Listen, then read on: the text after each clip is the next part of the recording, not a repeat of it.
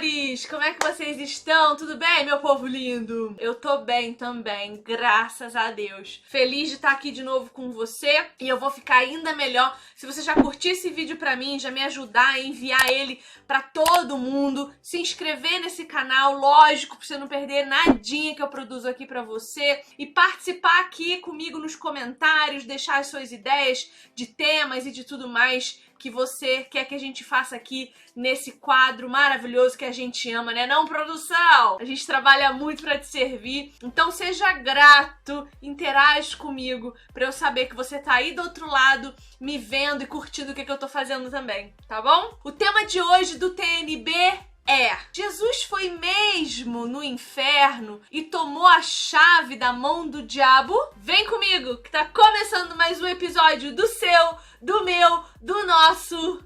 Tá na Bíblia?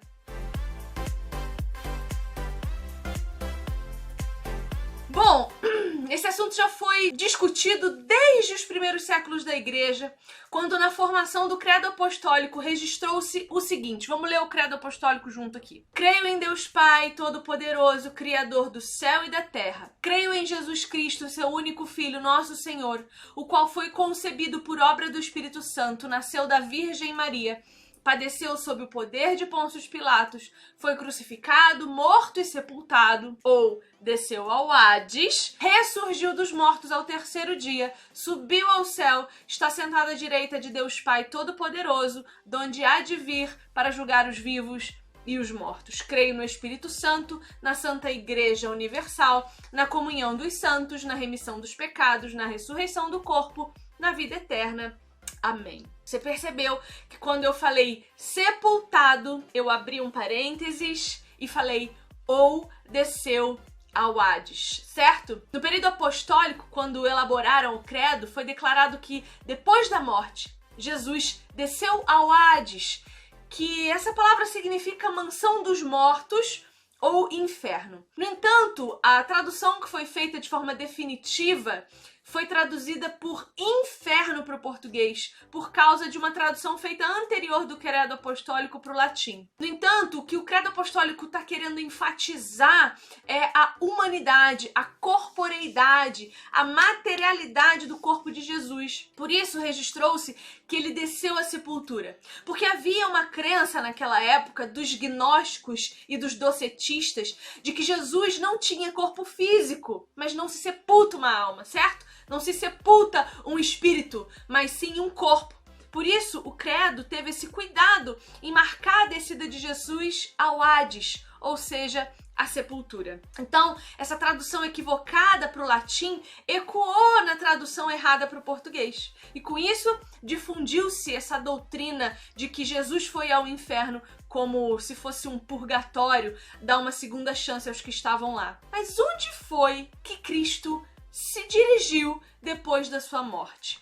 Esse aqui é o ponto principal da nossa discussão hoje. Bom, Cristo, quando morreu na cruz, ele foi direto para o Pai em espírito. Ele foi para a presença do Pai aguardar sua ressurreição, que aconteceu no domingo pela manhã. A própria declaração que Jesus faz ao lado do ladrão na cruz nos mostra isso. Jesus lhe respondeu: eu lhe garanto, hoje você estará comigo no paraíso. Isso está lá em Lucas 23:43.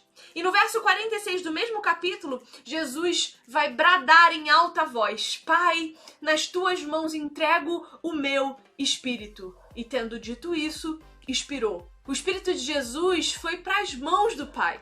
Nenhuma das passagens que são usadas pelos que acreditam que Jesus foi ao inferno tirar a chave do diabo, nenhuma delas realmente prova isso. Vamos ler lá Efésios 4, de 7 a 9, que fala da origem dos dons. Diz o seguinte: e a cada um de nós foi concedida a graça, conforme a medida repartida por Cristo. Por isso é que foi dito: quando ele subiu em triunfo às alturas, levou cativo muitos prisioneiros e deu dons aos homens. Que significa ele subiu, se não também descera às profundezas da terra. Aquele que desceu é o mesmo que subiu acima de todos os céus, a fim de encher todas as coisas. Jesus desceu às regiões inferiores da terra, que é bem aqui, uma sepultura dentro do chão, literalmente. O inferno não é um lugar geográfico no centro da terra em que, se a gente cavar, a gente consegue chegar. Não há nada na escritura que corrobore com esse entendimento. Sepultura são as partes baixas da terra, aquele buraco de 7 palmos, ou então o sepulcro dentro do qual Jesus foi colocado numa pedra, não é? Bom, o segundo texto está em 1 Pedro, capítulo 3, de 18 a 22, que fala que Jesus pregou aos espíritos em prisão. Vamos ler lá o texto. Pois também Cristo sofreu pelos pecados uma vez por todas, o justo pelos injustos, para conduzir-nos a Deus. Ele foi morto no corpo, mas vivificado pelo Espírito, no qual também foi e pregou aos espíritos em prisão que há muito tempo desobedeceram, quando Deus esperava pacientemente nos dias de Noé, enquanto a arca era construída. Nela, apenas algumas pessoas, a saber 8, foram salvas por meio da água. E é isso representado pelo batismo que agora também salva vocês. Não a remoção da sujeira do corpo, mas o compromisso de uma boa consciência diante de Deus. Por meio da ressurreição de Jesus Cristo, que subiu ao céu e está à direita de Deus, e a ele estão sujeitos anjos, autoridades e poderes. Cristo pregar a prisioneiros acontece durante a vida e após a morte dele. Antes e depois da sua encarnação aqui nesse mundo, né? Cristo, ele prega aos prisioneiros que estão presos, escravizados pelo pecado, que só recebem vida ressuscitando com Cristo ao terceiro dia no novo nascimento. Não há uma segunda chance de salvação. O espírito da condenação não pode sair do inferno. O espírito que está condenado, ele não sai de lá. Cristo pregar a prisioneiros acontece durante a vida e após a morte de Jesus. Ele prega aos que estão aprisionados pelos seus pecados, que só recebem vida ressuscitando com Cristo ao terceiro dia no novo nascimento. Não há uma segunda chance de salvação. Aquele espírito que está condenado, ele não pode sair do inferno do mesmo jeito que a gente vê disposto na parábola do rico e do Lázaro. No verso 20 desse mesmo capítulo de Pedro, ele continua dizendo e explicando do que se trata. Abre aspas, que há muito tempo desobedeceram quando Deus esperava pacientemente nos dias de Noé, enquanto a arca era construída. Nela, apenas algumas pessoas, a saber 8, foram salvas por meio da água, fecha aspas. O Espírito de Cristo estava em Noé, através dele, pregando aos que estavam vivos na época de Noé. Os espíritos em prisão são aqueles que estão aprisionados à sua incredulidade. Esse texto nos apresenta uma teologia da pregação, porque quando os profetas pregavam, o Espírito de Deus atuava através deles. O Espírito Santo de Deus atua com poder através da palavra de Deus. Noé, ele era um pregador da justiça, o que significa que ele pregou nos seus dias aos homens cujo espírito, assim como os de hoje, estão aprisionados. E aqueles que foram condenados pela pregação de Noé e não creram nela estão presos até hoje e permanecerão eternamente condenados no jugo do inferno. Assim, pregamos hoje pelo Espírito de Deus em seu poder, do mesmo jeitinho que Noé pregou.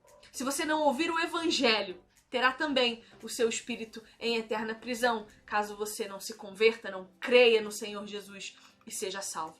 Primeira carta de Pedro, capítulo 4, verso 6, vai falar então de um texto a respeito de Jesus pregando o evangelho aos mortos. Por isso mesmo o evangelho foi pregado também a mortos, para que eles mesmos, julgados no corpo, segundo os homens, vivam pelo Espírito, segundo Deus. O contexto mostra que Pedro está se referindo a pessoas vivas que estavam mortas em seus delitos e pecados. Morto, quando biblicamente, é chamado sempre aquele que não vive em Cristo, que não tem fé. Então, ele é morto espiritual, ele é considerado morto pela Escritura, porque só em Cristo é que somos vivificados. Satanás, gente, ele não tem a chave de nada. Ele não é dono de nada. Satanás, nos 2 primeiros capítulos de Jó, a gente vê totalmente submetido a Deus. E ele não tem a chave sequer das suas próprias ações. Então, para de acreditar em bobagem, estuda a sua Bíblia, manda aqui as suas dúvidas que eu quero te ajudar. A gente precisa ter um entendimento correto dos textos bíblicos, não só à luz dos fragmentos retirados da Escritura, mas de toda ela, de todo o ensino doutrinário, da história da igreja, da história da teologia reformada, que tem sido construído ao longo aí de séculos, certo? Então, deixa aqui nos teus comentários temas e sugestões para os nossos próximos encontros. E eu te vejo em breve no Tá na Bíblia da semana que vem. Um beijo, meu amor! Tchau!